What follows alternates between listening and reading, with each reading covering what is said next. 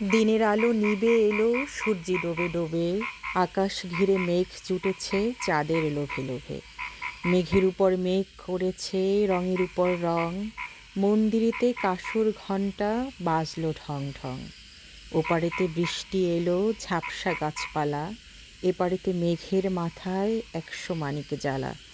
বাদলা হাওয়ায় মনে পড়ে ছেলেবেলার গান, বৃষ্টি পড়ে টাপুর টুপুর নদে এলো বান। আমি যখন ভয়েসটা দিচ্ছিলাম তখন হচ্ছে আমাদের গ্রামের বাড়িতে রাত ৯টা। তো এই সময়টা আমি চারপাশে বৃষ্টি পড়েছে। তো বলে বোঝাতে পারবো না যে এই সময়টা কতটা চমৎকার এবং আমি কতটা উপভোগ করেছি। একে তো বৃষ্টির দিন, গ্রামের বাড়ি, চারপাশে বৃষ্টির পানিতে প্যাচ প্যাচ করছে, এদিকে ব্যাঙ ডাকছে, বিভিন্ন ধরনের ঝিঝি পোকা ডাকছে, আকাশে মেঘ, আর আমি একদম জানালার পাশে বসে যখন ভয়েস দিচ্ছি তখন বাসায় কোনো ইলেকট্রিসিটি নেই, পুরা ঘর অন্ধকার, বাইরের বিদ্যুৎ চমকানি দেখছি এবং বারবার ছোটোবেলার কথা মনে পড়ছে যে ছোটোবেলায় যখন আমাদের বাসায় বিদ্যুৎ ছিল না, মানে হচ্ছে যে বিদ্যুৎহীন গ্রাম যাকে বলা হয়, তখন বিদ্যুৎ আসেনি এই গ্রামে। সেই সময়কার কথা বলছি যে একটা সুন্দর সময় ছিল তখন।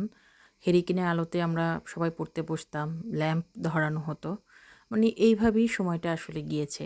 তো আজকে হঠাৎ করে নস্টালজিক হয়ে পড়েছি, জানালার পাশে বসে সেই দিনগুলোর কথা ভাবছি।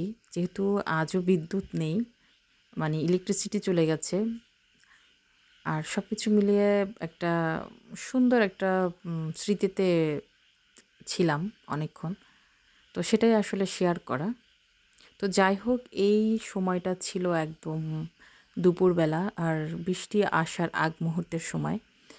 তো প্রকৃতির মাঝে থাকতেই কেন যেন খুব বেশি ভালো লাগে, আর বৃষ্টি আসার আগ মুহূর্তটা আমার প্রচণ্ড ভালো লাগে। তো আর তখন আমি নদীর পাড়ে যাই, আর আমাদের বাসা থেকে নদী বেশি দূরে নাই, তাই বেশ তাড়াতাড়ি চলে যেতে পারি। আর এই তো নদীর অবস্থা আজকের দুপুরবেলার।